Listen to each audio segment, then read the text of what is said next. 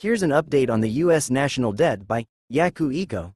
The U.S. national debt reached a record high of $36 trillion, which is equivalent to 123% of its gross domestic product. The International Monetary Fund warned that the U.S. had to get a grip of its national debt. Moody's downgrade of the U.S. credit rating from AAA to AA1 on its 21-notch scale was announced after the market closed on Friday, May 16, citing growth in national debt amid still high interest rates. This made investors slightly less confident in the government's debt, pushing up yields on 10-year treasuries. Higher yields translate into higher mortgage rates and prices for consumers. Billionaire investor Ray Dalio warned of the danger of the falling value of the dollar, which has now fallen by 7.5% over the last 5 months since the beginning of the year.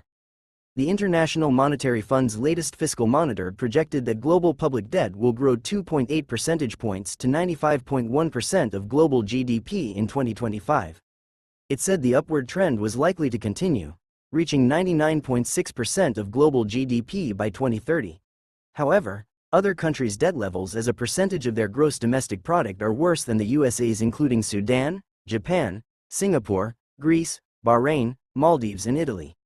But emphasis on the US is high since it issues the world's reserve currency, which is the dollar, and many commodities that trade internationally, such as oil and gas, are also priced in dollars. A weak dollar means higher prices, which signals higher risks for global markets. This report has been brought to you by Yaku Eco from Kenya.